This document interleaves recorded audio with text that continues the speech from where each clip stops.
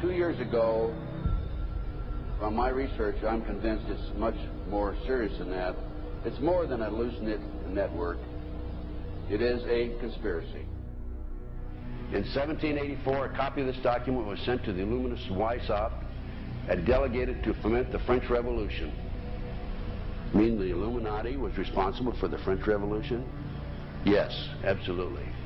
The courier was struck dead by lightning as he rode through Ratisbon on his way from Frankfurt to Paris. What about a little divine intervention there, huh? The police found the subversive documents on his body and turned them over to the proper government authorities. After careful study of the plot, the Bavarian government ordered the police to raid Weishaupt's newly organized lodges of the Grand Orient and the homes of some of the most influential associates, including the castle of Baron Bassen-Sonderdorf.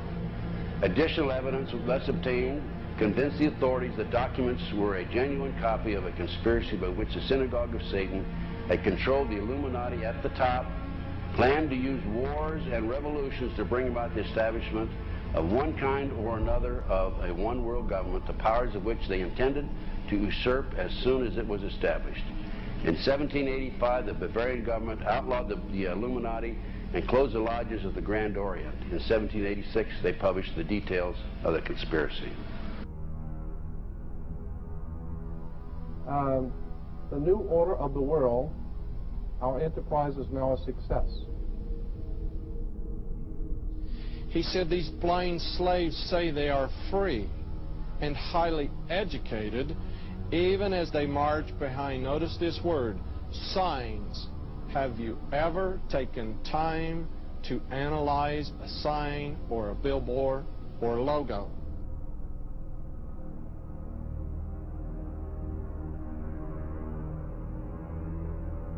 We'll start up here. In 1784, an act of God placed the Bavarian government in possession of evidence which proved the existence of the continuing Luciferian conspiracy. This explains the previous 9 pages, goes into it in detail. We don't have time to do it completely. Conspiracy. Adam Weishaupt, a Jesuit-trained professor of canon law, defected from Christianity and embraced the Luciferian ideology while teaching at Ingolstadt University. In 1770, the money lenders who had recently organized the House of Rothschild retained him to revise and modernize the age-old protocols designed to give the Synagogue of Satan ultimate world domination so they can impose the Luciferian ideology upon what remains of the human race after the final social cataclysm by use of satanic despotism. Weishaupt completed his task on May the 1st, 1776. It's a communist holiday, isn't it? May 1, 1776. The plan required the destruction of all existing governments and religions. In 1776, Weishaupt organized the Illuminati to put the plot into execution. The word Illuminati is derived from Lucifer and means holders of the light.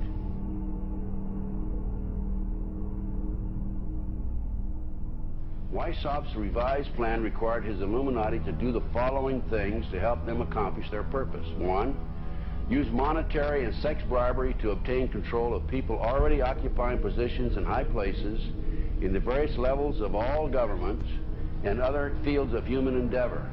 Once an influential person had fallen for the lies, deceits, and temptations of the Illuminati, they were to be held in bondage by application of political and other forms of blackmail and threats of financial ruin, public exposure, and physical harm, and even death to themselves and their loved ones. Number 12, told those present that they must use their wealth to have candidates chosen to public office who would be obedient to their demands and would be used as pawns in the game by the men behind the scenes. The advisors will have been bred, reared, and trained from childhood to rule the affairs of the world. Number 13, control the press. Number 16, infiltrate into the secret Freemasonry to be used for their purposes. That's been documented many times. Number 17, expound the value of systematic deception, use high-sounding slogans and phrases, and advocate lavish promises to the masses, even though they cannot be kept. I will not forget the wound to our country and those who inflicted it. I will not yield. I will not rest I will not relent in waging this struggle for freedom and security for the American people. So I don't know where he is. Nor do, you know, I just don't spend that much time on it. We will not tire, we will not falter, and we will not fail.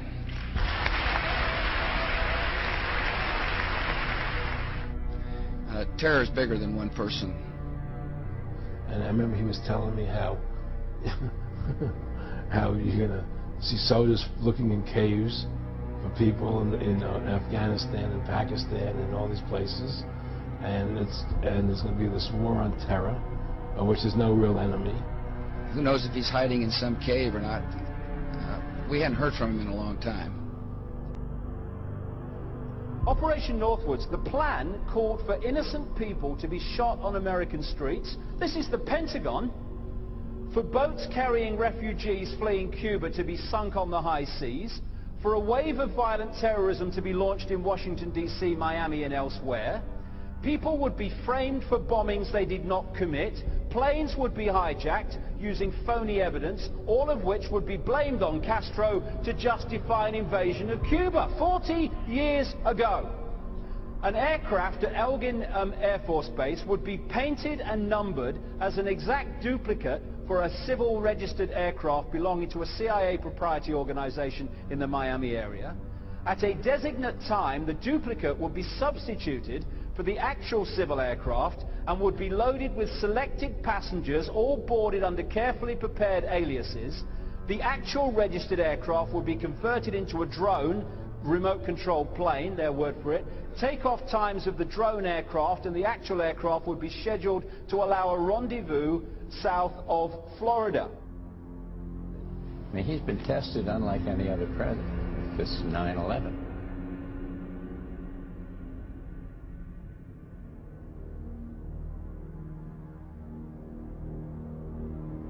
We have in this past year made great progress in ending the long era of conflict and Cold War. We have before us the opportunity to forge for ourselves and for future generations a new world order, a world where the rule of law, not the law of the jungle, governs the conduct of nations. When we are successful, and we will be.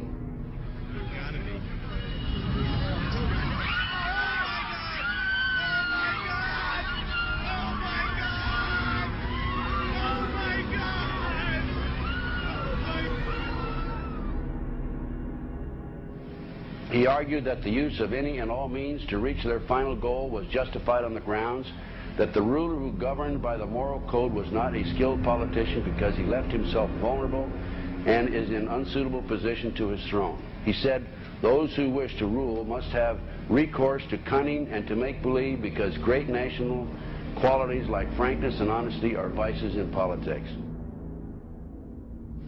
Fellow citizens will meet violence with patient justice, assured of the rightness of our cause, and confident of the victories to come. In all that lies before us, may God grant us wisdom, and may He watch over the United States of America.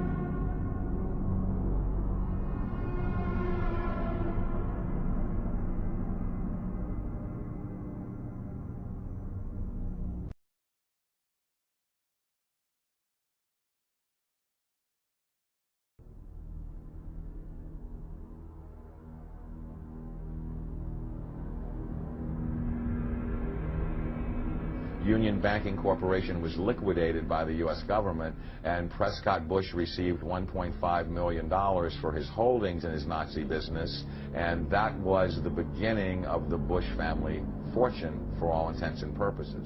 George Bush takes his inspiration from what he learned in Skull and Bones and from the Thule Society that Hitler and Goebbels and Goring cut their teeth in, Bohemian Grove, these evil organizations that perpetrate the ugly things that these criminals are doing to this country, for which they must be held accountable. They are the most violent, dirtiest people on the face of the earth. Somewhere Americans are going to have to take their country back and start finding out who are these people. Who are these people we call our representatives, the Bushes. George Bush, the president, his father, went around the country talking about a new world order. The people who are running this country from behind the scenes do not care a thing about Americans or bloodshed anywhere.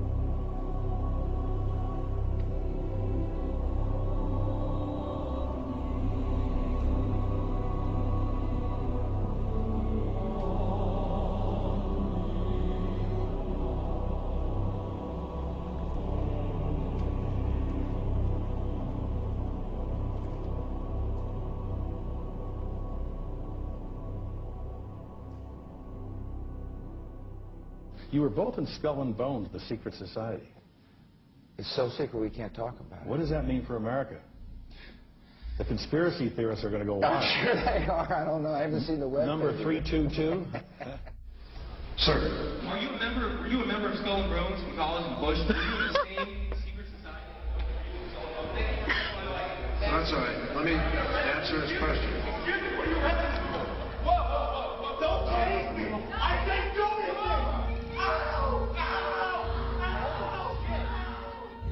And what you're looking at here, staggeringly, is a group of people, some of the most famous people in America, in long gowns. Behind them there, you see a 40-foot stone owl. And there's the fire between them, next to the lake at Bohemian Grove. Now, one might wonder, understandably, why the people that run the banking, political, economic system and the media in America should be dressed in long robes doing a ceremony to a 40-foot stone owl. I think we should be told. And no doubt you'll be hearing about all the differences between John Kerry and George W. Bush. But we've discovered they do have something in common. During their respective college days at Yale, they both belonged to a group called Skull and Bones. He's come pretty close.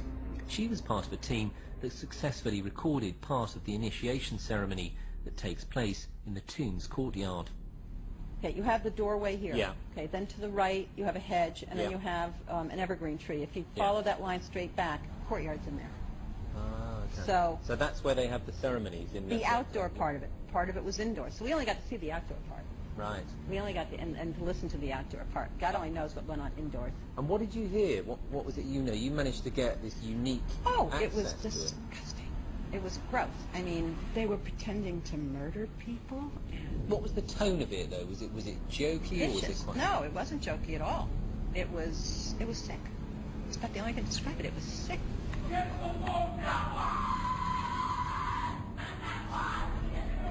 What you're hearing is the first recording ever made of the Skull and Bones initiation ceremony. It has never been broadcast before.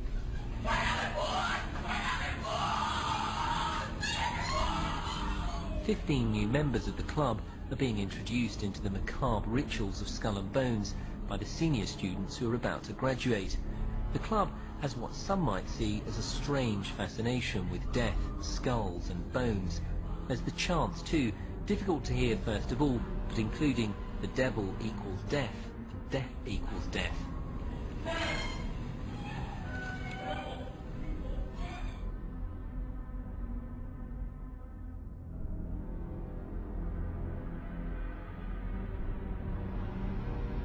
But when you get into a secret society of spirit worshippers, then, and especially when you're invited there by the direction of the higher-ups in the spirit world, you never get out of there alive.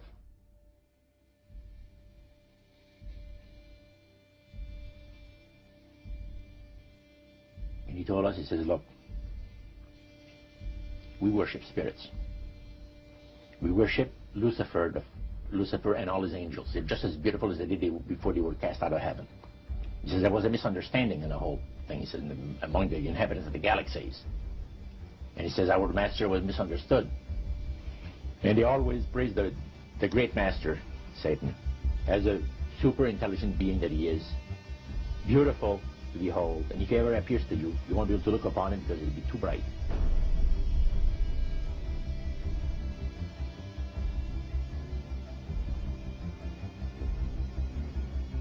What had Herbert Hoover, Art Linkletter, Jack London, and Richard Nixon all had in common?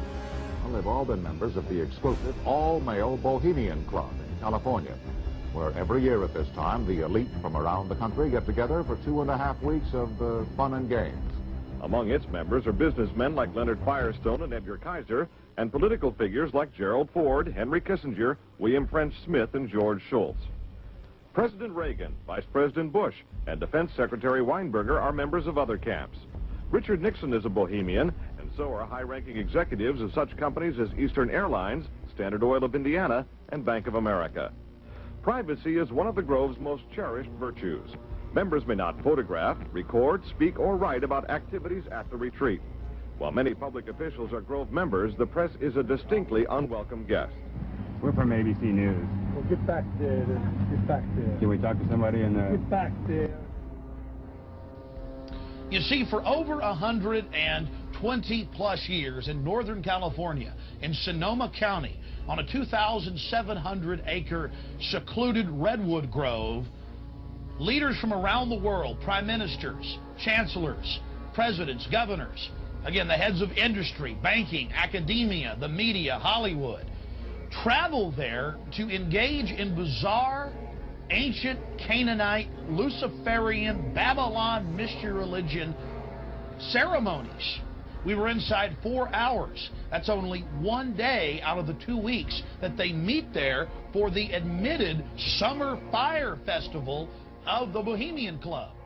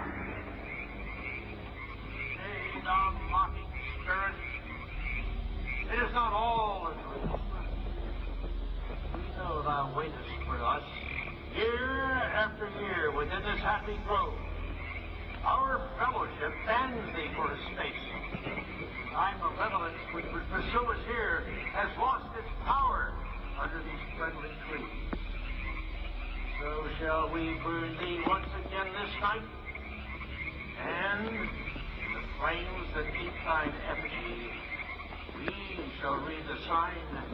Midsummer sets us free. He shall burn me once again.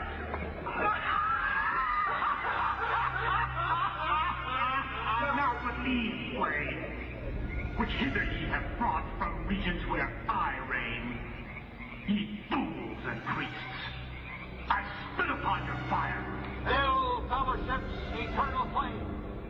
Once again, midsummer sets us free.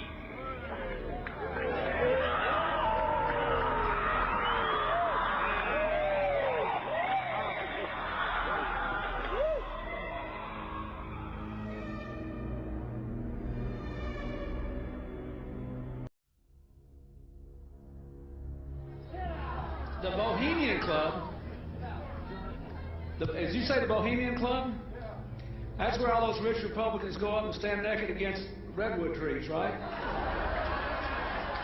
I've never been to the Bohemian Club, but you ought to go. It'd be good for you. Get some fresh air.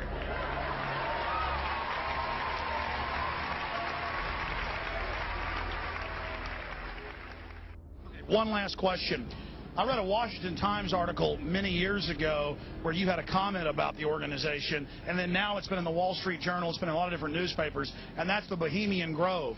And back in, what was it, 1996, when you joined as a Clinton advisor, the Republicans were criticizing you, oh, what about Bohemian Grove? And then you countered them by saying, hey, I don't run around in the woods naked. What did that mean? Here is the before-mentioned Washington Times article where he said, I didn't run around naked like they do. I don't know what quote you're referring to. I'm not aware of any quote like that.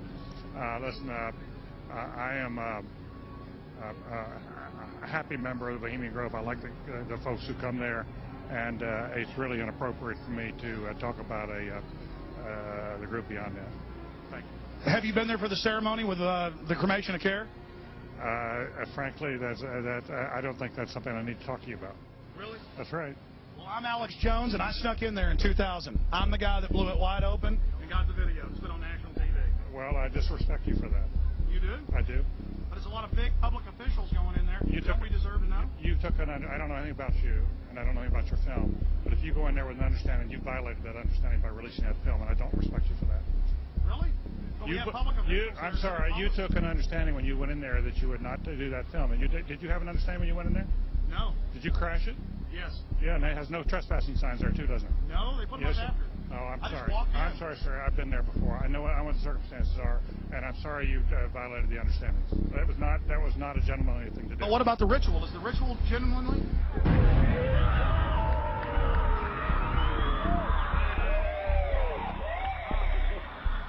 Sir, everything. I don't owe you this comment. I know. This is what's called ambush journalism, and I disrespect you for that as well. So thank you and goodbye. Been in the ritual? That's none of your damn business.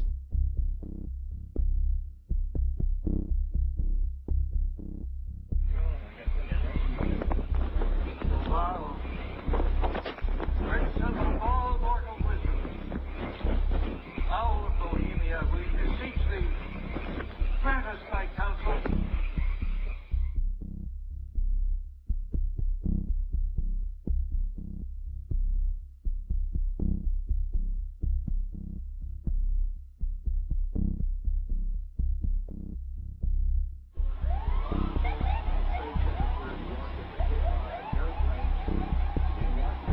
Oh, my God. Oh, my God. Oh, my God. Oh, my God. Oh, my God. I told you.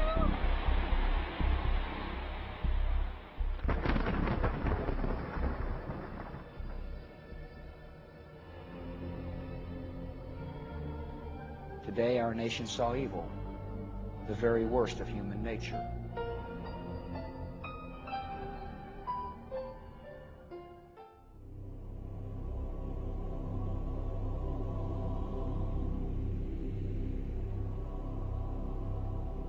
They had exactly the same agenda, and that was for bringing in this New World Order. I heard George Bush talking at that time. He was talking to Bill Clinton, and I've since photographically recorded it and wrote it verbatim in our book. that when the American people became disillusioned with Republicans leading them into the New World Order, that Bill Clinton, as a Democrat, was going to be put into the office of president. This was decided in 1984. Actually, I'd heard about it even prior to that. But that, as of 1984, they were already discussing it as an absolute fact.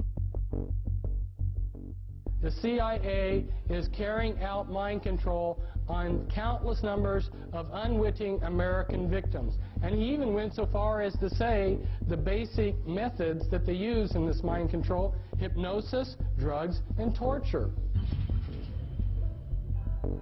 Three parts policy that they had adopted there. The second one was to find a way of being able to get total control of people's minds. And that would be done by taking hypnotism out of the realm of the occult and introduce it as a new science for the benefit of mankind.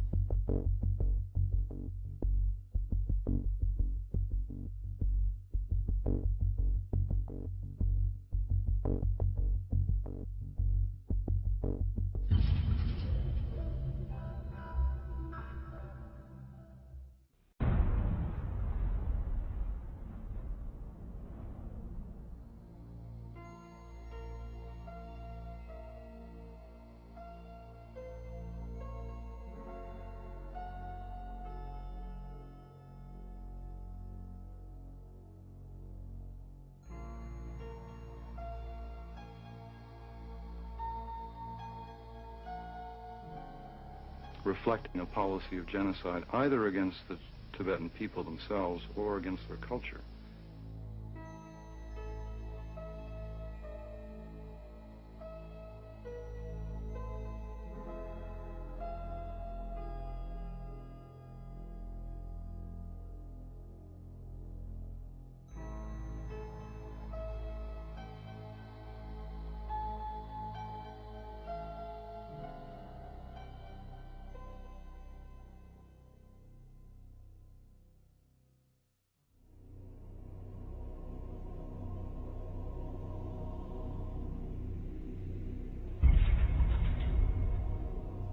Once I realized I had met an honest, genuine, high-level Freemason who told me there were 13 levels of Freemason above the 33rd degree, and that these people were God. There was no God, they were God.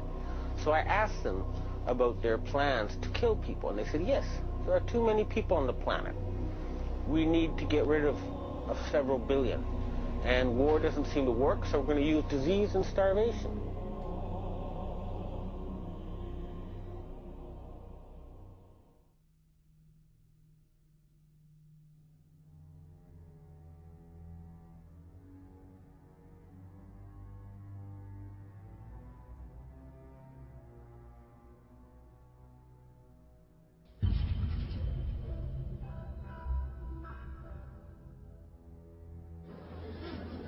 He knew what was happening, and he attempted to warn us when he left office. He told us, quite bluntly and in no uncertain terms, to beware of the military-industrial complex. And who is the military-industrial complex? It is the members of the Council on Foreign Relations, and since the inception of the Trilateral Commission as well.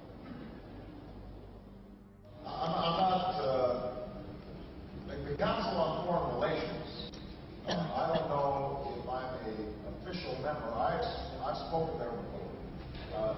It basically is just a forum where a bunch of people talk about foreign policy. Was made up of the Executive Committee of the Council on Foreign Relations. Now, it is extremely significant that you understand that the first 6 members from the government, along with President Eisenhower, were also members and longtime members of the Council on Foreign Relations.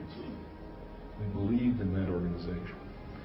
They believed in its goals, which was one world government.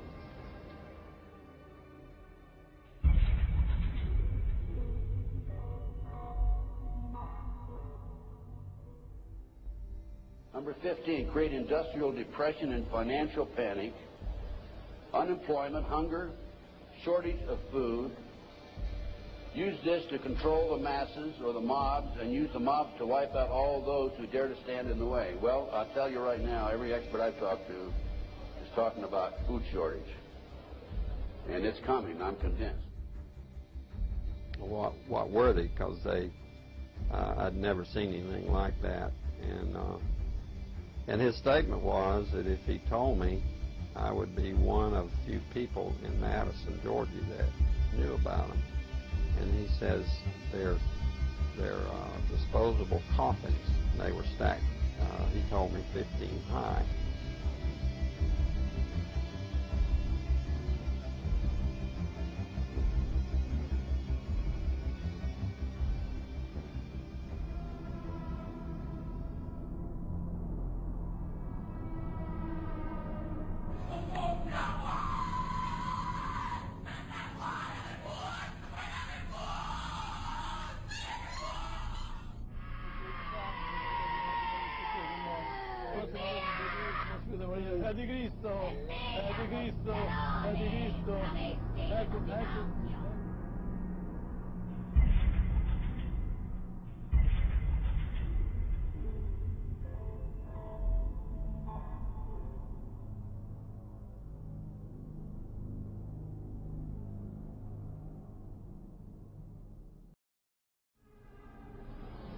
One of the driving forces behind this movement, the Illuminati, is the Satanic cult movement in this country today.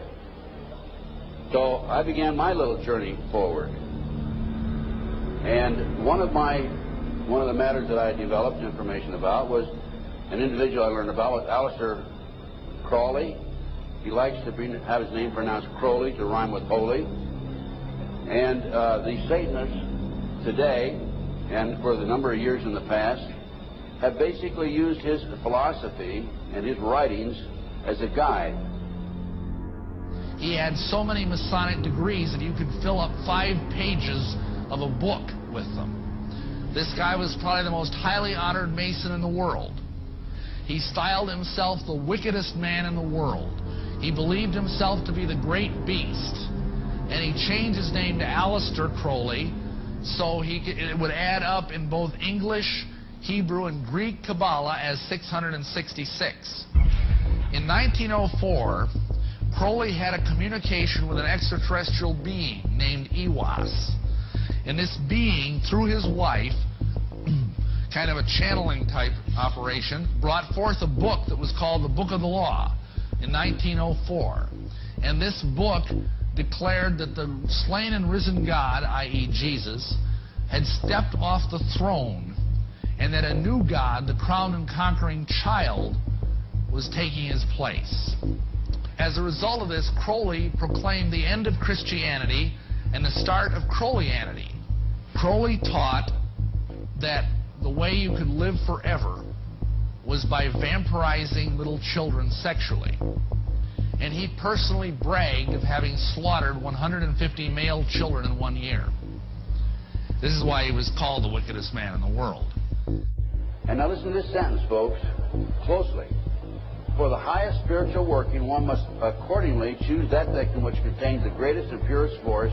A male child of perfect innocence and high intelligence is the most satisfactory and suitable system. We're talking about human sacrifices.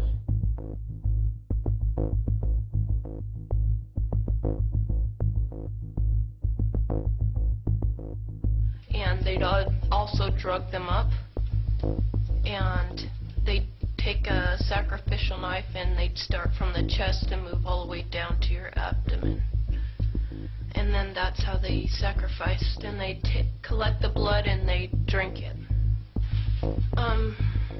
When the mid-September through mid-November, they sacrifice babies and nothing but babies because they need the pure blood of the untainted children. And I didn't understand what it was like. I can't believe I'm seeing this every year of my life. I've experienced that, and that was the hardest part for me. It's like hearing those babies literally scream and cry, and then seeing their blood flow. The little boy was taken to a basement. He was crucified alive. First he was skinned. Why is it that no one knows this? Because there's Satanists in the police force and also in the government, the army. They're everywhere. They're even on the council of, the representatives of the United States also. And they're silenced because this is not being exposed because they don't want it to be exposed. Because they're really good at lying and hiding things. Rebecca, what happens to the people that want to come out of Satanism? They get killed. They get followed. They get taken. They get sacrificed in front of the congregation of the Satanic Church. Why? Because they know too much information about the Satanists and who their names and places of where they keep the people underground, and they just know too much information. It's like being in a gang or in a mafia. You don't get out alive without consequences.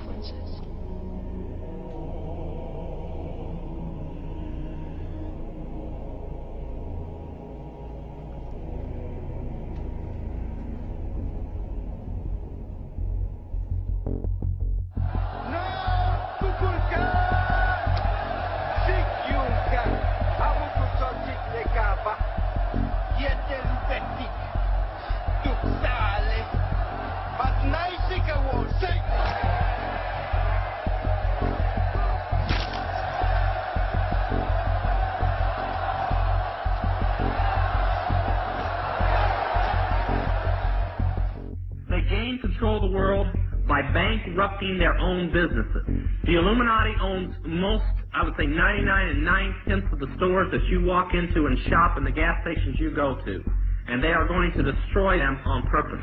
And the idea of taking over is to bankrupt the whole world where nothing is of any value and the currency does not exist anywhere, and then come back and solve all the problems.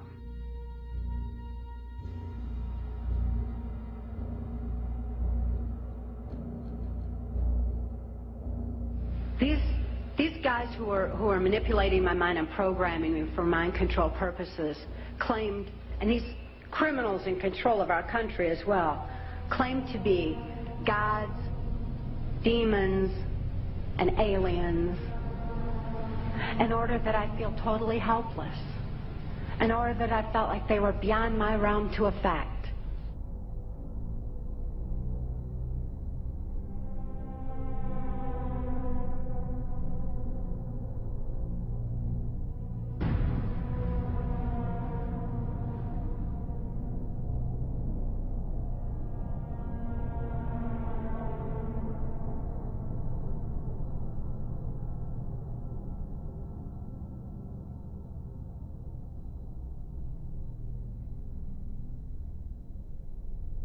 Why do they keep the aliens in a Faraday-shielded environment? Because they have a tendency to disappear right through walls. And if you can prevent the transmission of electromagnetic energy, you can stop them from doing it. Then, the medium said, we have a very special surprise tonight for you people. A spirit will manifest itself openly here in a few minutes. And right through the wall. Now, the lights weren't terribly bright, but they were like living room lights. A couple of floor lamps, and maybe some of these.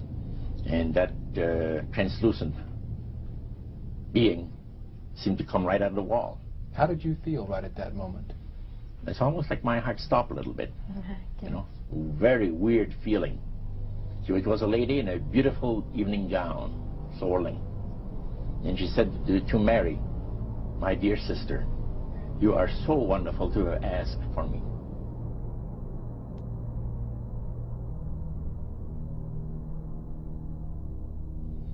So he said the supposed spirits of the dead that you're talking with are demon spirits.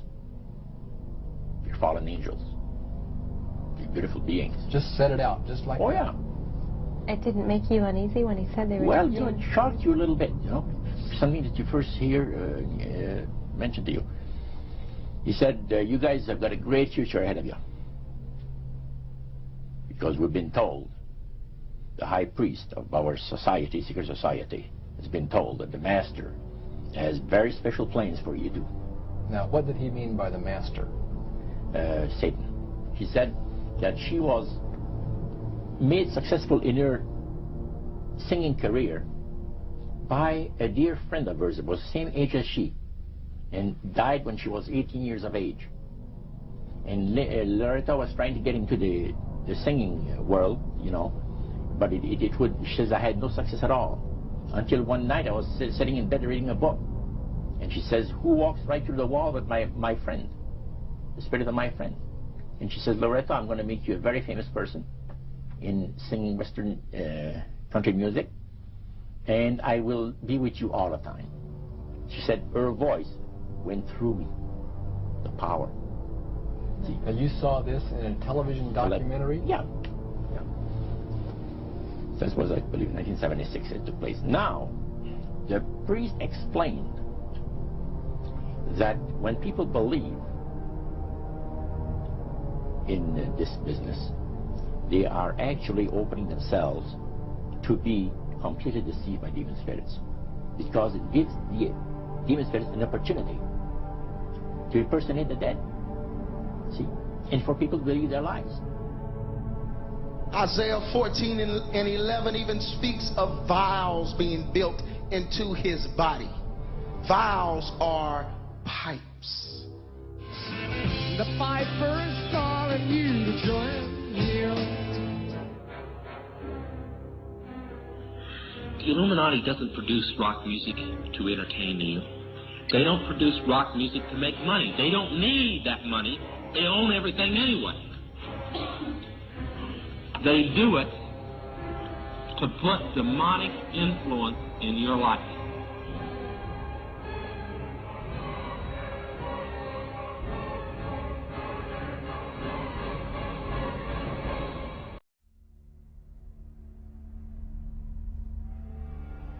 Prominent men, meeting in secret, who directed the course of civilization, are recorded in the writings of all people.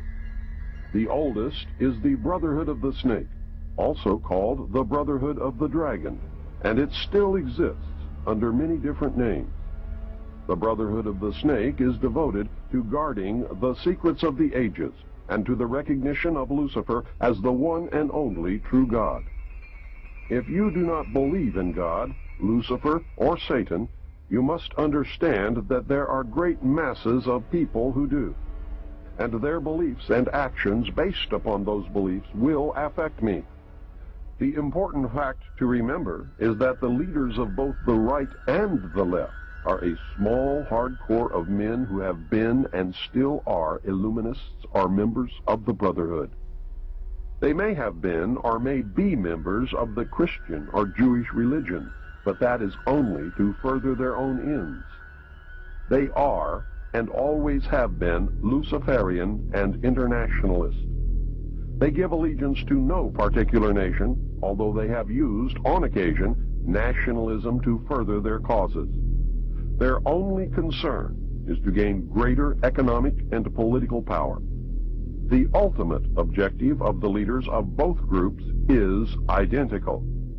They are determined to win for themselves undisputed control of the wealth, natural resources, and manpower of the entire planet.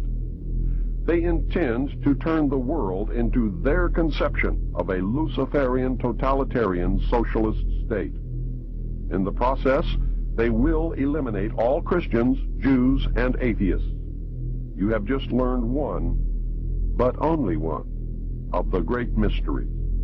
But now it had to change. Lucifer says we have to make sure that people, humans, get to believe that Satan and his angels do not really exist.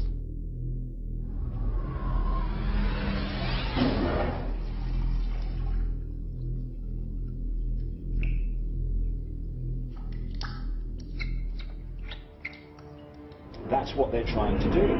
They're trying to disconnect us from multidimensional infinity so that we don't see the world from that perspective, and therefore see through the illusion and see through the nonsense and see through the lies. And then once they've disconnected people, they then program this lower level of our consciousness with a reality that suits them.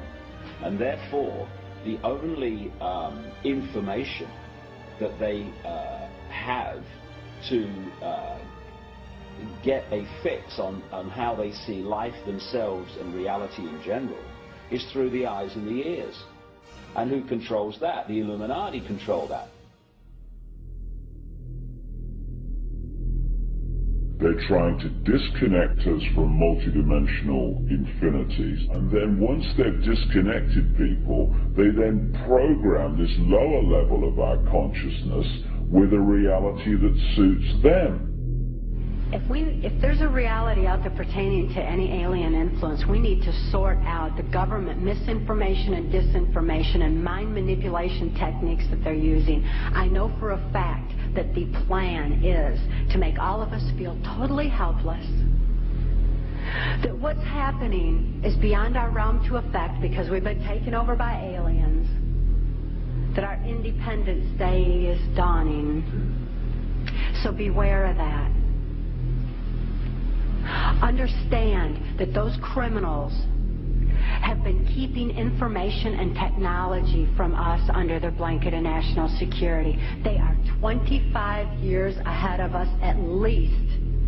They're way ahead.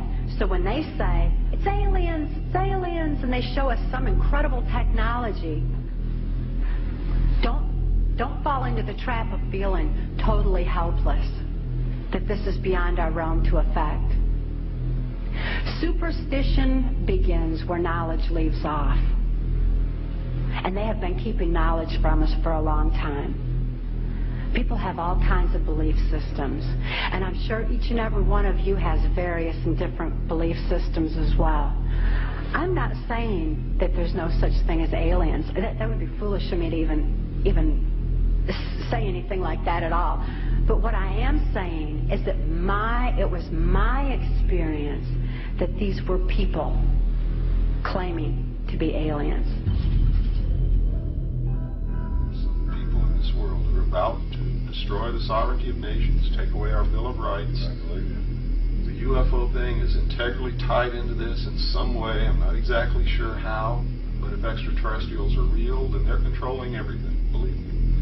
If they're not real, they're being used as a threat from without to scare people into coming into this one world global unity of humanity in order to face that external threat. But in the process, we're going to lose. The ordinary man will lose. You need to understand, disinformation is deliberate deceit to hide other things. And so there's so much of that. And some of it is surprisingly well-sponsored disinformation. I'm going to sum up this talk and mention an overview of the alien agenda. The alien agenda is really decimate the planet, to take the remaining human subjects as slaves, and the aliens would use this planet for their own means. My question I'd like to ask is this: if the aliens have a 1,200 IQ, can speak all these languages, and are so powerful, what prevents them from just taking over? Well, it's a good question. We are an alien species to them, and our germs have a tendency to kill them. They're also a dying race, and they're in far worse condition than anybody with the worst case of terminal cancer. They are in need of us to some degree. And some of it is surprisingly well-sponsored disinformation.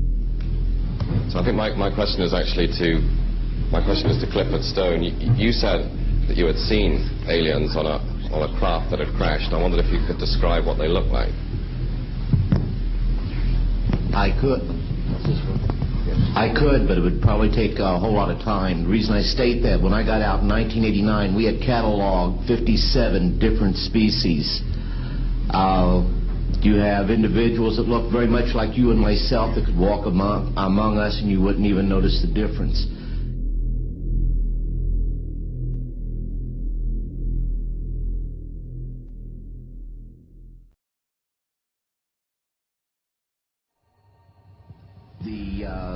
situation is that you have various types of what we normally call grays. We didn't call them grays in the military, but you had at least 3 types of the grays. You had some that were much taller than we were. The unique thing that I'd like to point out for the most part is that the entities that we did catalog were in fact humanoid. Now this created a situation where the scientific community was trying to figure out why that would be the case, because you would expect that if life evolved on other planets, that they would take on some type of other being, so to speak, not necessarily look humanoid or be bipedal such as we are. But apparently we got quite a few of the species out there that are humanoid in appearance, and that creates a question that yet has to be answered by science.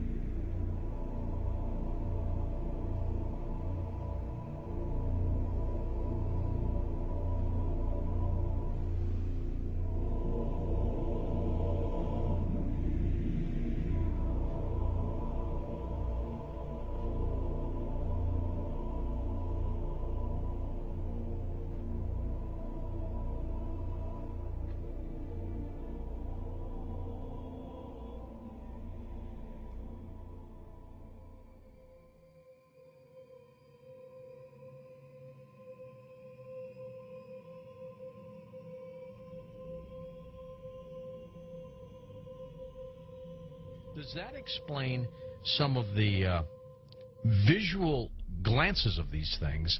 They seem to just simply disappear. They're gone.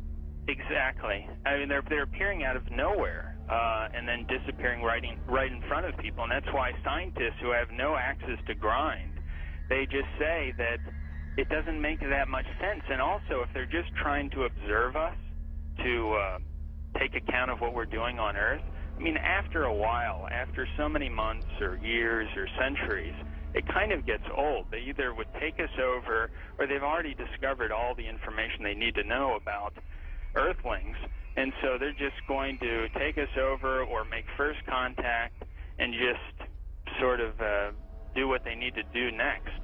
To endlessly observe us, it doesn't make any sense. It's something where, and also see if we have all these sightings, as you know much better than I do.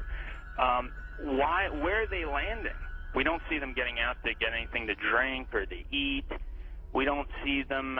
They've never tried to make contact with any large amount of people in a major city, and so this doesn't. And also all the endless medical procedures that the people who have claimed to have been abducted You know, why the endless medical procedures? I mean, if we're talking about such an advanced race of alien beings, they don't need to do that over and over and over again.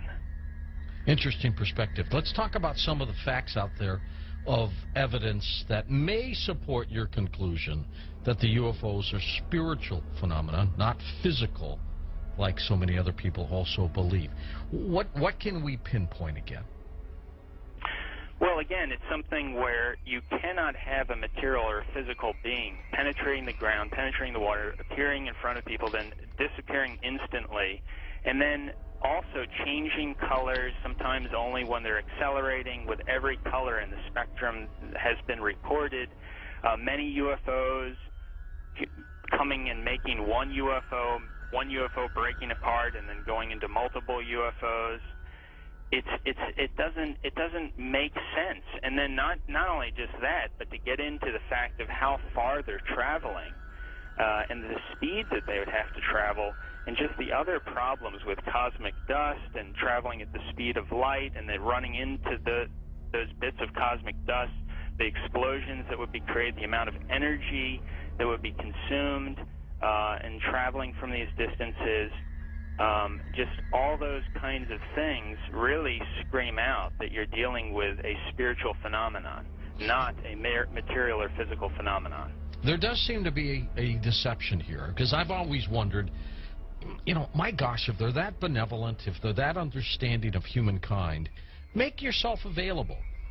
Go ahead. That's why you know, some of these other scientists have said that they seem to be trying to set people up to deceive them as if they are aliens, but the facts just say that they can't be that there's something else. It doesn't make any sense, and there's something else, a psychological deception that's going on here. And many of these scientists say, I don't know what it is, but we've concluded that it's got to be that. It's got to be something bigger is going on here than just them trying to show people that, yes, you know, here's a UFO that you're seeing now, we are aliens, that there's got to be something else going on here, on top of the fact that the characteristics of them show that they just cannot be some material or physical craft. Do you think humans are involved in the deception? I'm losing my voice here. I gotta pop it back. As far as I think there have been deliberate hoaxes that have been perpetrated, and you know, it's an interesting statement. I mean, there are many that could be quoted, but Gordon Creighton, who I know you know of him, probably, who died in 2003, he made this statement in the British journal Flying Saucer Review. He said, quote, "There seems to be no evidence yet that any of these craft or beings originate from outer space."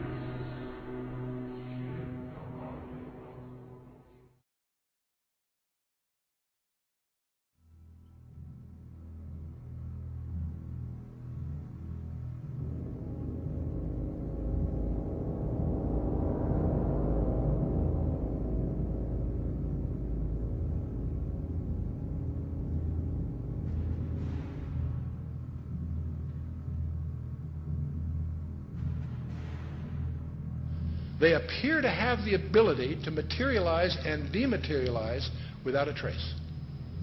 One of the great mysteries of the UFOs isn't seeing them, is trying to figure out where are they when you don't see them. Some people say, well, they're from another galaxy. Most physicists will debunk that for lots of reasons. They seem to pose that way, but for lots of, if they came, you know, if there are that many coming from another galaxy, you think you'd sense the traffic. We'll come to that with some more reasonable explanations, and you're going to discover the two top researchers in the last century, really, is Jacques Vallée, France, and J. Allen Hynek, the American. Now, J. Allen Hynek was head of astronomy at Cornell, and he set out to debunk this nonsense about UFOs, and he became one of the most ardent, competent, balanced researchers in the trade. J. Allen Hynek, he died a few years ago. Both of these respected researchers came to the conclusion that they're not intergalactic for lots of physics. There are a lot of physics rebuttals to that conjecture. They both argued that these things are demonic. Their term. They've written many, many books. You can check them out. These are not religious people. They're not people with any kind of personal agenda. But they came to the conclusion that these things, on the one hand, and by the way, we take for granted that we strip away the nonsense and the hoaxes, set that aside. There's tens of thousands of files you have to wallow through. When you cut through all that, there's still a core group, a substantial core group of real events that need explanation. And so on the one hand, they exhibit physical properties on the one hand. On the other hand, they also violate all physical laws. And so the conclusion from that both J. Allen Hynek and Jacques Vallée and others have come to is that they're hyperdimensional, that somehow they come from another dimension periodically.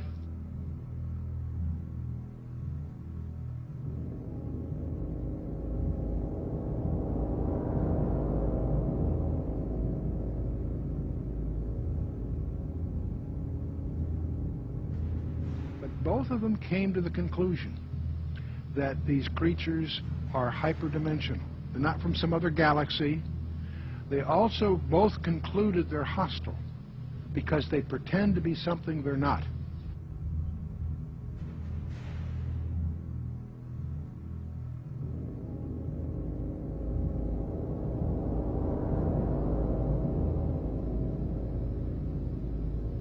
You guys getting the image? Franklin, we see a long line, a couple of star-like things, and a lot of things swimming in the foreground. Can you describe what you're seeing? Well, the long line is a tether, and there's a little bit of debris that kind of flies with us, and it's illuminated by the sun at such a low angle. So there's a lot of stray light, and it's getting washed out quickly, but Claude is trying to do a quick, good job here adjusting the cameras. It wasn't until a few years ago that I really started to get into researching all this information, looking at, going through thousands of pages of information about UFOs that just confirmed, what I had already believed about this phenomenon. That I believe the evidence clearly points that they are, in fact, demons. And, there are others, Brother Michael, who are now beginning to believe that as well. So you're not out there all by yourself anymore. So these demons would make them then spiritual phenomenon. I would take it, right? Yeah, I think when you look at it, there's certain characteristics that everyone will agree has been seen and demonstrated also by these UFOs, such as they penetrate the ground, they penetrate water, they disappear in front of people, they appear right in front of people. One person will see a UFO and the person next to them will not see the UFO. They change colors, sometimes only one accelerating. They change shape, they change size. Many people have made the comment that they seem like they're alive almost. And so these are all characteristics of something that's not a physical or material being or construction. It's got to be something that's a spiritual phenomenon with those kinds of characteristics.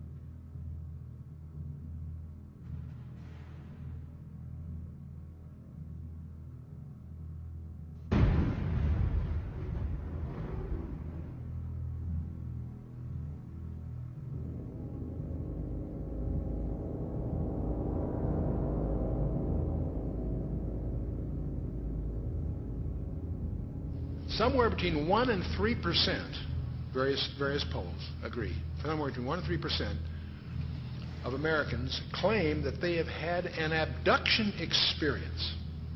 That's over 5 million people, or in that neighborhood.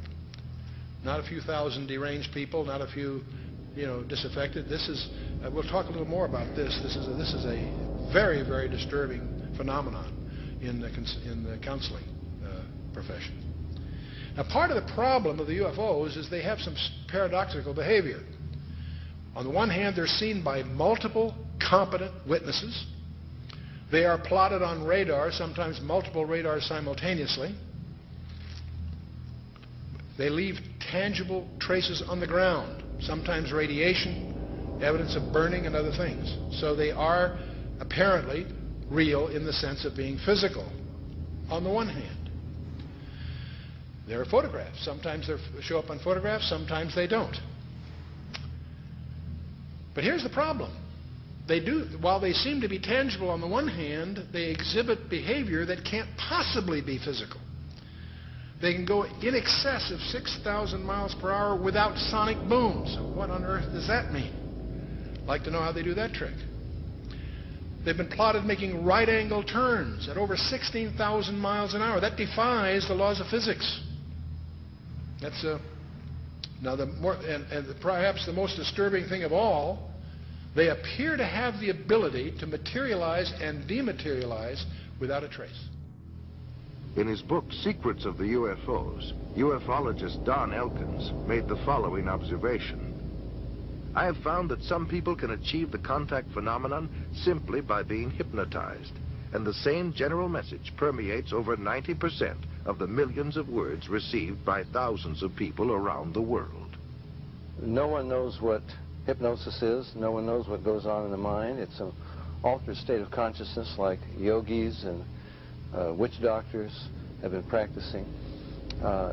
It loosens the normal connection between your spirit and your brain, and of course if the hypnotist can control you, make all kinds of suggestions, make you think things are happening that are not happening, make you think you have powers that you don't, experiences that you haven't, even implant memories.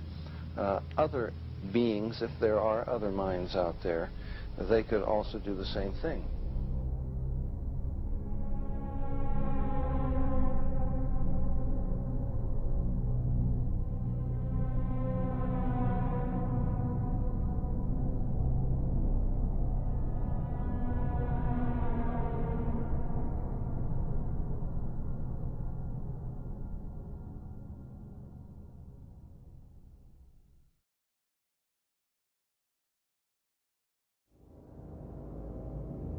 Interesting is that there was a huge satanic ritual that was performed on the very spot where Area 51 happened by this Jack Parsons, and in which they had this magical ceremony called Babylon Working, and it was designed by Aleister Crowley, who is a Satanist who called himself the B666.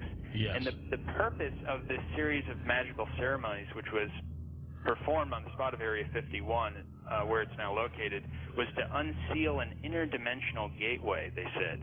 And so this, they hoped, would allow other entities known as the, quote, old ones, access to our space-time continuum. And this witness said that he saw Jack Parsons rip a hole in space-time there, and he said that something evil flew in. And one other interesting point is that Aleister Crowley, who was a Satanist, who called himself the B666, as I just mentioned, he claimed to have contact with some kind of alien named Lamb. And this Lamb, he drew a picture of this alien that he was in contact, receiving messages from this being. And the picture that he drew of this alien, it's a striking resemblance to the common gray ET drawing.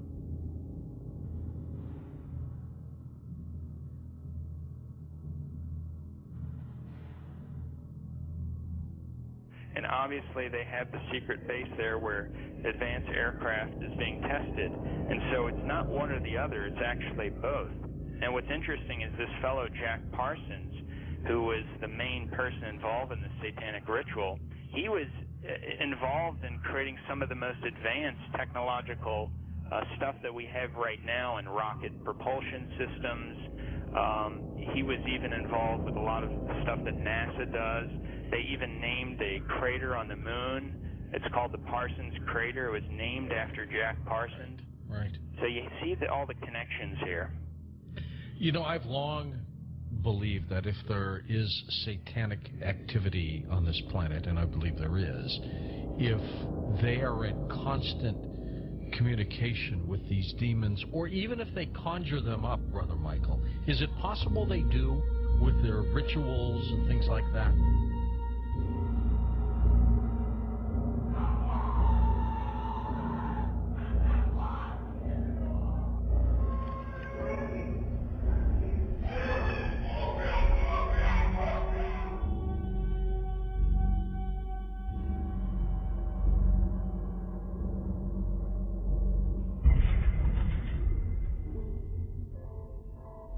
The chief advisor to Queen Elizabeth I, Sir John Dee, he was a Kabbalistic black magician. He had gone to the continent and learned from the top Jewish Kabbalists black magic, and he was the chief advisor in the British Empire. And he created Enochian magic and the Enochian language, which the Illuminati, which are hiding behind the Jehovah's Witness headquarters, they use Enochian rituals. Sir John Dee conjured up demons or angels, okay, with his black magic. The beings that he conjured up, there were pictures drawn of them, and they look identical to what we call gray aliens. Okay, I tell you something. And then I visit with debriefing people that came out of high levels of the Illuminati, and these different types of aliens are participating in Illuminati rituals.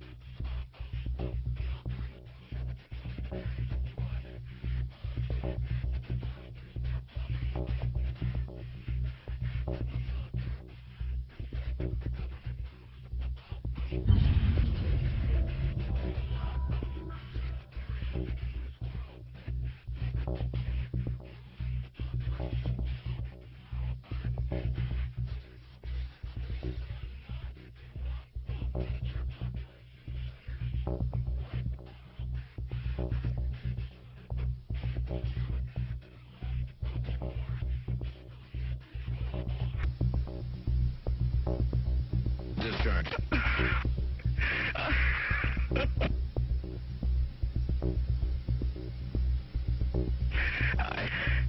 I started getting...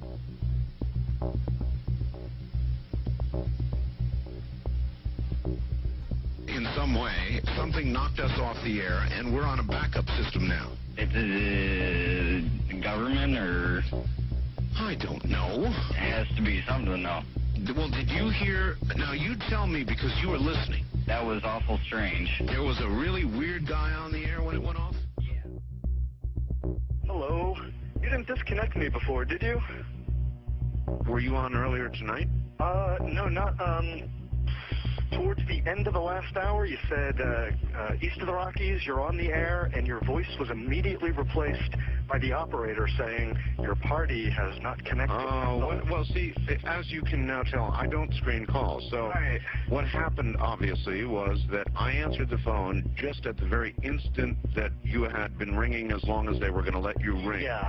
And so that occurs, obviously. Sometimes I go to a line and it's dead and nobody's there, and that's what's happened. You know, we just were on the cusp there. Anyway, I'm glad you made it back through. Yeah, you got all my paranoia buttons running. I always get very nervous when I call you. I'm Brian. I hung up on you last week. I see. And I just figured, damn the torpedoes. I'll just do this and let the chips fall where they will. All right. Everybody, I am the Area 51 caller. That's my statement, and let you or whatever tear it apart. You claim you're the Area 51 caller? I am the man. How do you account for the fact, Area 51 caller, okay, that part of the way through your spiel, the satellite went down? I have no idea, and it scared the heebie-jeebies out of me that night. I've called a number of times on your specialty line nights doing different, kind of wacky characters, and I didn't know what you wanted me to do. I knew it was very difficult for me to prove to you, but I just thank you for your patience in dealing with me up to this time. All right.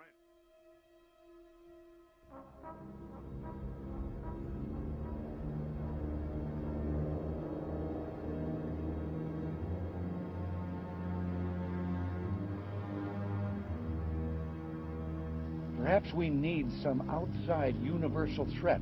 I occasionally think how quickly our differences worldwide would vanish if we were facing an alien threat from outside this world. And yet, I ask you, is not an alien force already among us? What could be more alien to the universal aspirations of our peoples than war?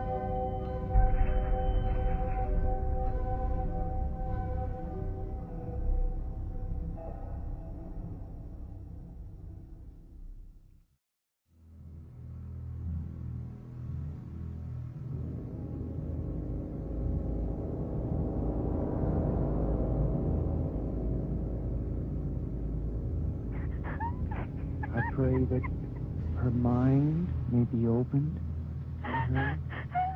We bind all the powers of darkness. Don't you worry. Who are you? Who are you? The Keeper? Rebecca? Rebecca, Keeper, get out of the way. I command you to stay out of the way. Rebecca? Yes? Say, I, Rebecca, Rebecca. want love. Stay out of the way, Keeper. Stay out of the way. Say, I want out. I want out. Say, I put my trust I put my trust in God. in God. In God. Stay out of the way, Keeper. God. Mamma mia, no, no, maligno, maligno, è Cristo più forte. Caccialo via. Di la verità. Di la verità.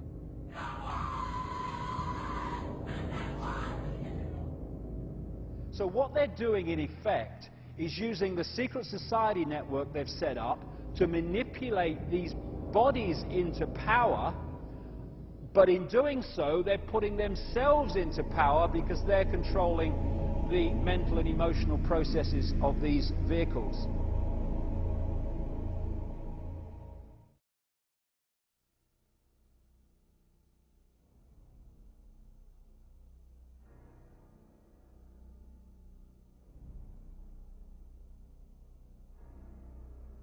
There are many different kinds of entities that do not have a human form, that operate just outside of human sight, and history has recorded them as demons and all this stuff. But the reptilian part of it seems to be very significant to the controlling systems on the planet today.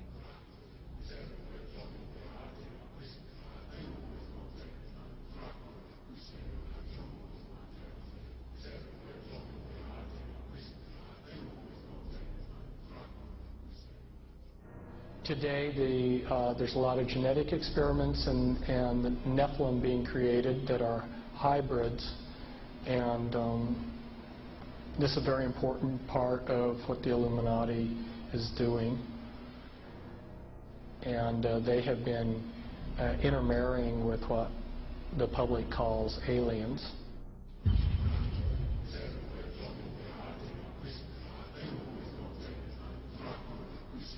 So that these people aren't human as we would know human. They've been pretty thoroughly demonized. The bottom line is I have concluded that there are no good aliens. The aliens are demons, and we've got a mixture going on of demons and flesh and blood, and we've also got other genetic experiments.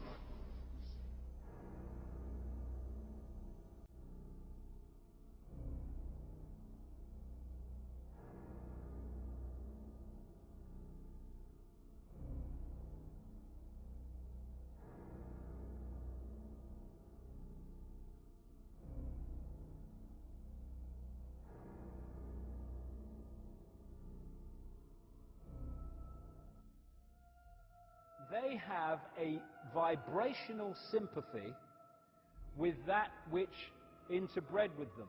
And this doesn't have to be physical interbreeding either. Remember, a demon, get the little spooky picture. They are a fallen angel, an unclean spirit. They can assume any form or go into anything. I have concluded that there are no good aliens.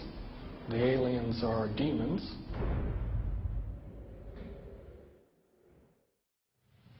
We can establish through this testimony that these objects of extraterrestrial origin have been tracked on radar going thousands of miles per hour, stopping and making right-hand turns. That they use anti-gravity propulsion systems, which we have already figured out how they work. That extraterrestrial life forms have been retrieved, and their vehicles have been taken and studied thoroughly for at least 50 years.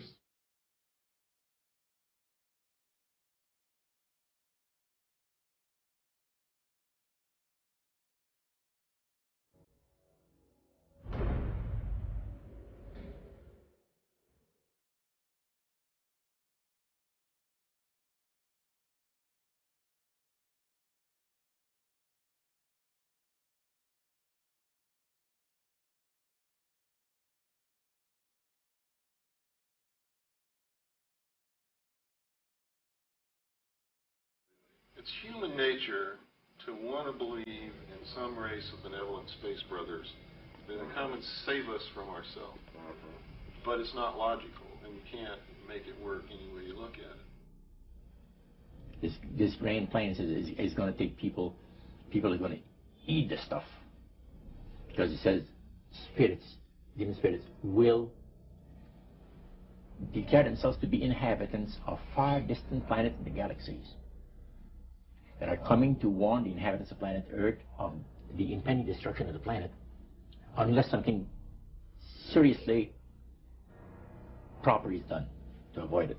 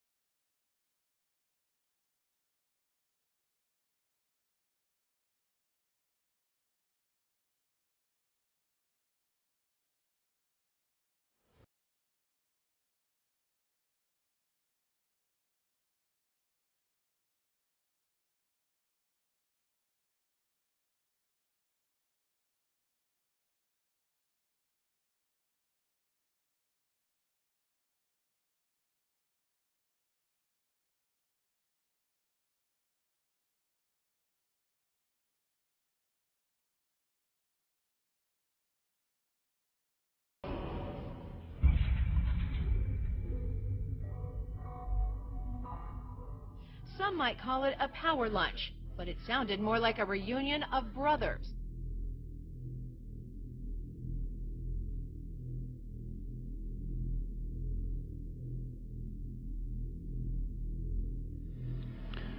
The Illuminati were to obtain control of the press and all other agencies which distribute information to the public. News and information was to be slanted so that Goyams would come to believe that a one world government is the only solution to our many and varied problems. Their plot, their plans, their conspiracy remains invisible. The whole agenda is to create a one world government where everybody has an RFID chip implanted in them. All money is to be in those chips, right? There'll be no more cash. And this is getting me straight from Rockefeller himself. This is what they want to accomplish.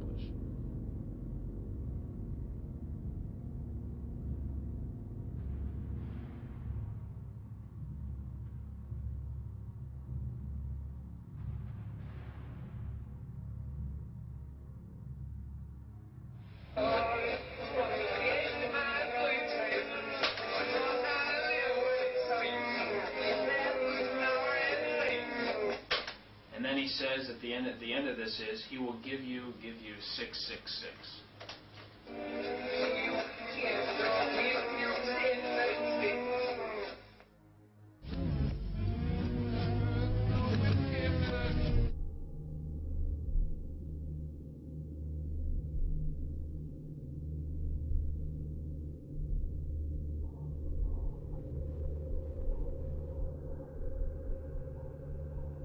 Behind them is a cult of evil, which seeks to harm the innocent and thrives on human suffering. Evil has found a willing servant.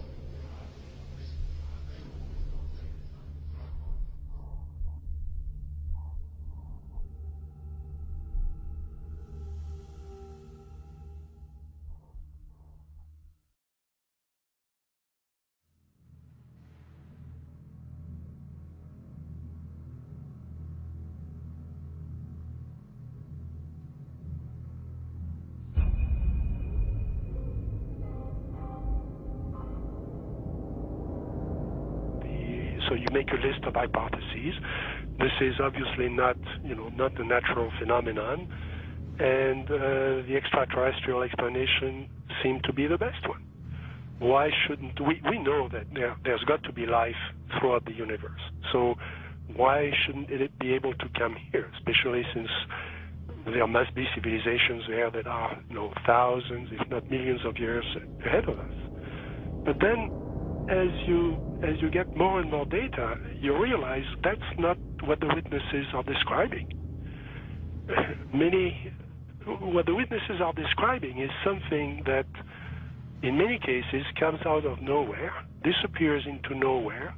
There are cases of objects becoming transparent on the spot, physical objects, material objects. And I have no question that people have said, well, Vallée doesn't believe this is physical. Well, of course it is physical. It's material at some times, but it can also change shape. It can also merge with other objects, and it can also disappear on the spot. Well, if it does that, then it could be from anywhere, anytime.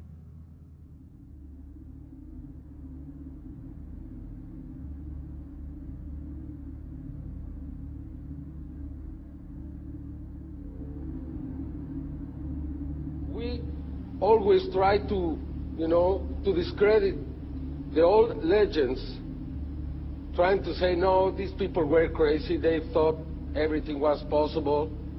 But now we have the videos, and that's the big difference.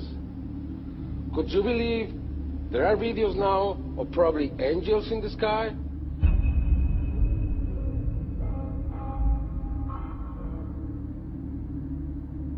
And then I started looking at some of the things that didn't fit. And one of the things that I had to ask is, when did this actually start? Every UFO book starts with, on June 24, 1947, Kenneth Arnold saw something about cranial and so on. Well, that's not really true. I mean, we have data from the 30s and the 20s and from 1896 and 1897 all over the United States, and then you can go back in history. And many people don't want to hear that. They want to hear that this is, if you follow the first level extraterrestrial theory, then ETs, discovered us when the atom bomb went off and they came here to study us. Well, that's not what the data says. So when did it start? And I found, an enormous wealth of data going back to medieval times and even before. Of course, as you go back in history, you lose the cultural context, and it's harder to understand the data. But in medieval times, there were records, especially the records of the church, that were kept very, very carefully about strange phenomena. The skeptics are always saying, well, give us your best case and we'll take it apart. There is no such thing as one best case in any field. You have to look at an accumulation of cases and look for patterns, and then that's how the phenomenon reveals itself to you. And for a long period of time, or for a period of time, I believed it was extraterrestrial. I now believe it is interdimensional, the phenomena. In other words, we're looking at so-called spirit beings from another dimension. And I back this up in the new book by equating it to ancient manuscripts where these beings manifested to human beings and what their reactions were, and then comparing it to reactions present day of people who have had encounters, and the similarities are striking. Because first of all, you say to yourself, why would let's say anyone deliberately crash saucers in Roswell, New Mexico, and then allow the bodies to be retrieved? What are these bodies, in fact? And it took me a long time to figure this out. And this is a theory, okay?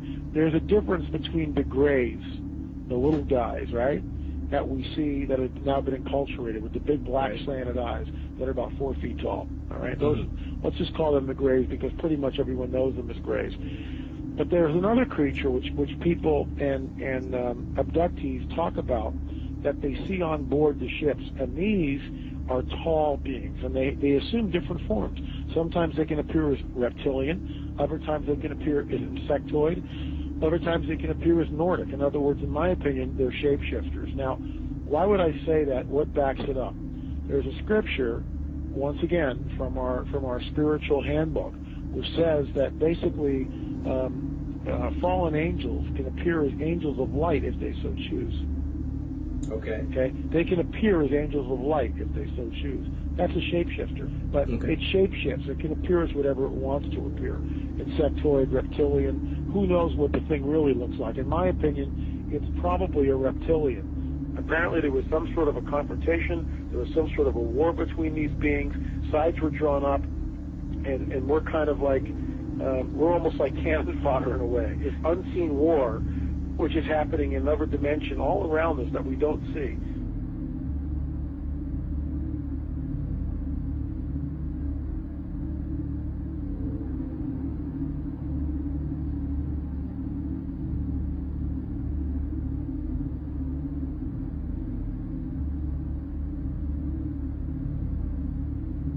So my point is this: what if the grays are nothing more than some sort of a biological suit that enables the demons, let's say, to interface in this dimension? That's what I think the grays are. That's why they're expendable. Me thinking, I wonder if there's some sort of like a biological clone or some sort of a body, if you will, that these demons can interface, inhabit, and then, of course, move about in this three-dimensional time-space continuum.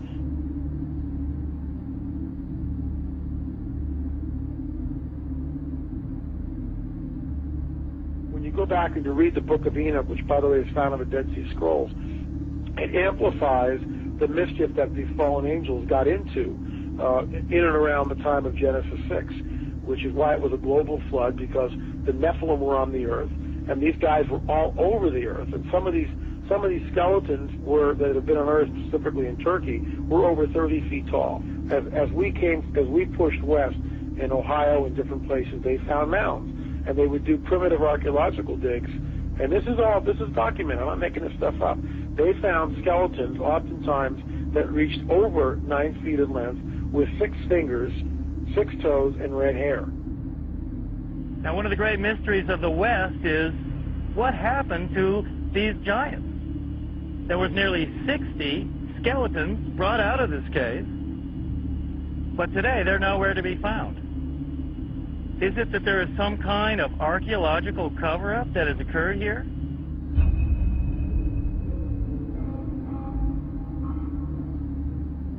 The main point is that that term is used of angels, fallen angels. And the offspring of those fallen angels with human women has produced a hybrid called a Nephilim. In the Hebrew, the term means the fallen ones. Also, the term is gigantes, which doesn't mean giants, it means earthborn. There was a gene pool problem on the planet Earth. Is that where the Bible then says that Noah was perfect? He wasn't perfect as a his generations, verse 9. He was perfect in his generations. The word perfect is tamim, meaning physical defects. You know, when you see something like that, it's overwhelming. It will change your worldview. And is that the coming great deception that ancient manuscripts warn us of? Here's a prophecy from 2,000 years ago, that what is coming on the earth will be so bizarre that even the elect would be deceived if that were possible. An object videotaped by many and seen by thousands over several nights in the Arizona sky in 1997. Major sighting here.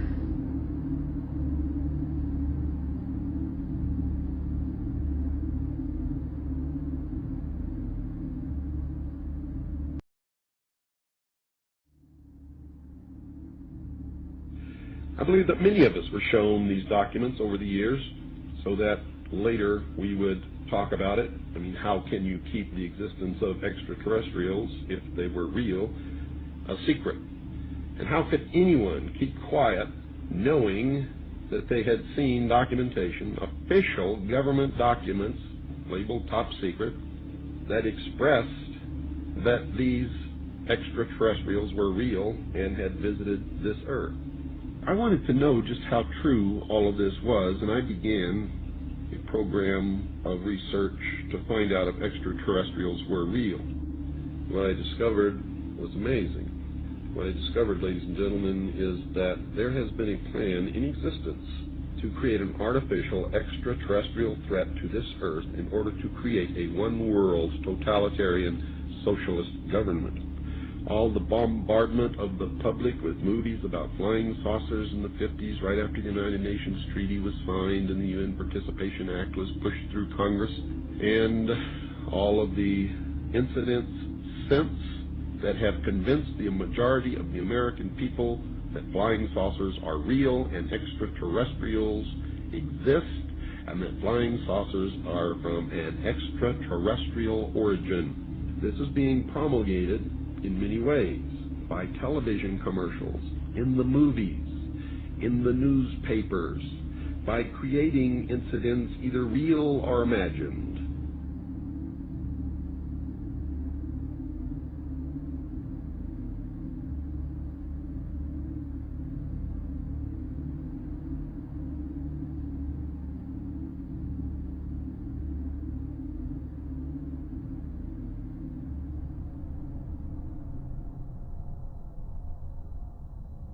I mean, how can a nuts and bolts spacecraft, you know, two objects that are supposed to be made of metallic steel, fly into each other at thousands of kilometers an hour, become one object and then fly off in another direction?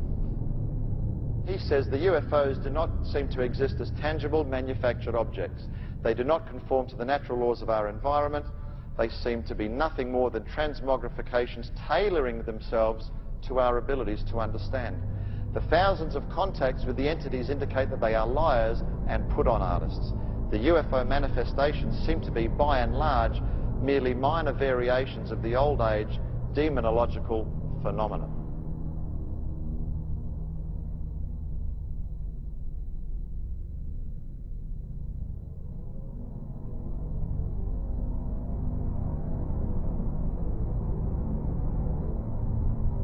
And again, the researchers will show you that the messages being received are deceptive in nature. They will tell you things like, well, you know, we've come from Venus or Mars. In the 60s, that was the messages. Well, we now know that's impossible. Now they say they come from Sirius or Orion or Zeta Reticuli or somewhere far off, where we can't test those claims. And that's the problem. And some of the stories they've told us, like that, we know to be demonstrably not true. And if someone comes to you, Chris, and tells you a story and does all these things and says, I'm here to help you, but then does brutal things to you and then lies to you, then I don't think trust is a good place to start.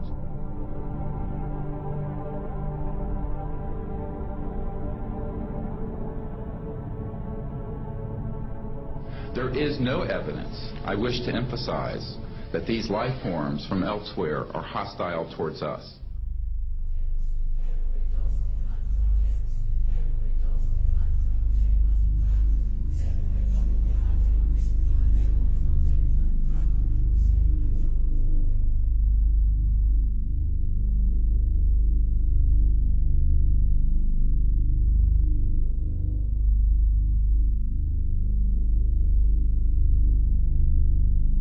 Better way to implement a plan to bring about a one-world government than to create the possibility in the minds of the people of the world that we are being threatened from some other species, from some other planet, and do it in a way that if anybody questions it or challenged it or wants to talk about it publicly, that they are ridiculed.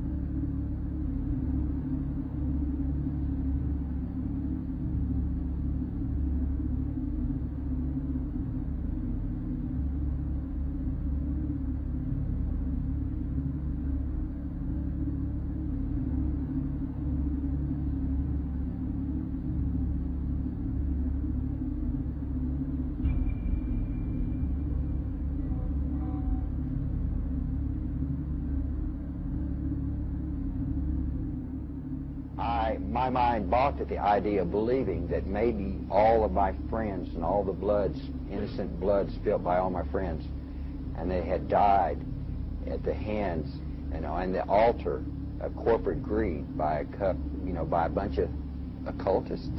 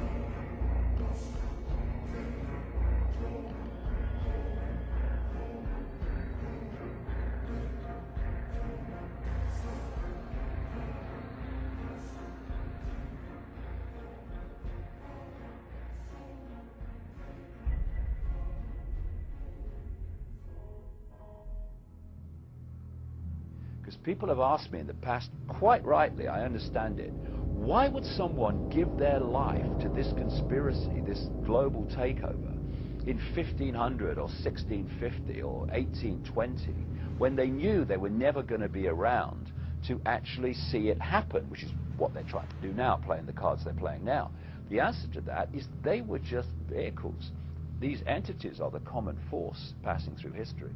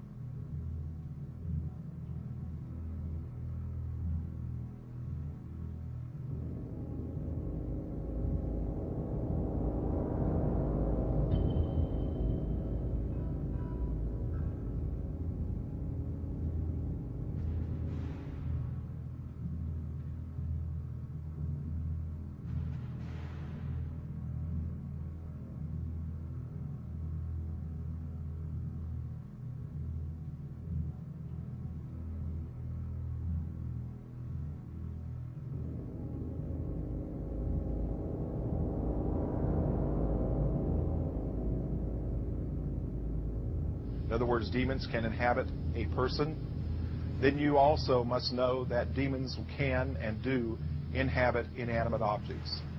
I've seen it happen over and over again.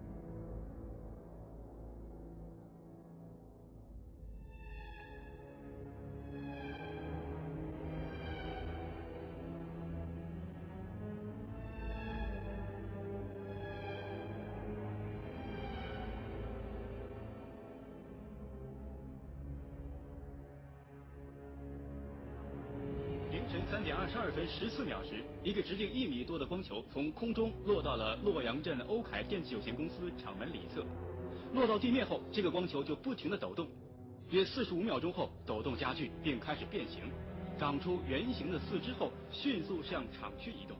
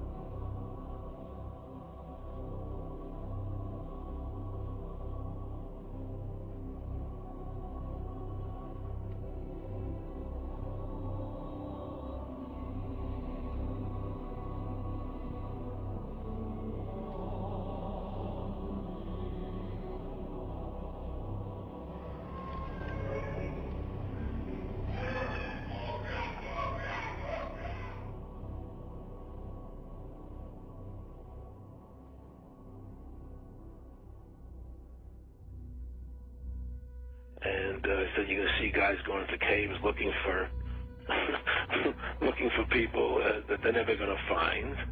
You know, he was laughing about the fact that you have this war on terror. There's no real enemy. He's talking about how by having this war on terror, you can never win it because so it's an eternal war, and so you can always keep taking people's liberties away.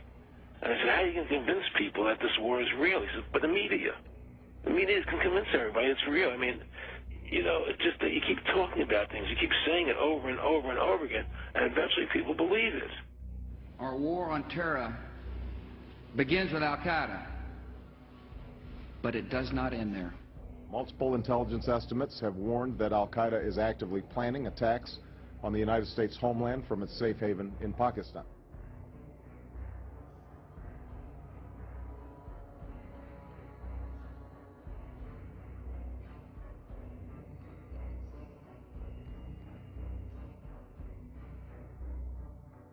The last time you had an actual president was Kennedy.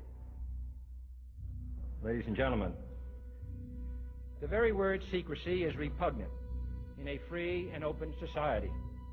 And we are, as a people, inherently and historically opposed to secret societies, to secret oaths, and to secret proceedings.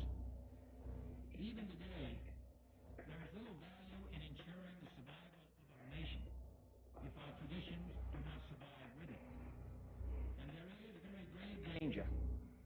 For we are opposed around the world by a monolithic and ruthless conspiracy that relies primarily on covert means for expanding its sphere of influence, on infiltration instead of invasion, on subversion instead of elections, on intimidation instead of free choice, on guerrillas by night instead of armies by day.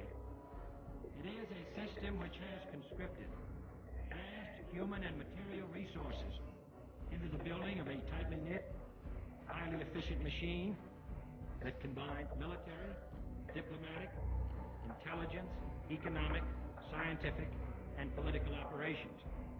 Its preparations are concealed, not published. Its mistakes are buried, not headlined. Its dissenters are silenced, not praised. No expenditure is questioned, no rumor is printed, no secret is revealed. But I am asking your help in the tremendous task of informing and alerting the American people. Confident that with your help, man will be what he was born to be, free and independent.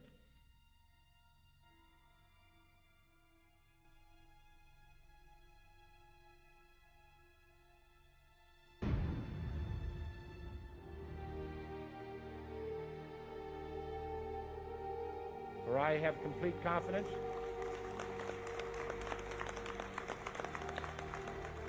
in the response and dedication of our citizens whenever they are fully informed. When we are successful, and we will be. And we will be.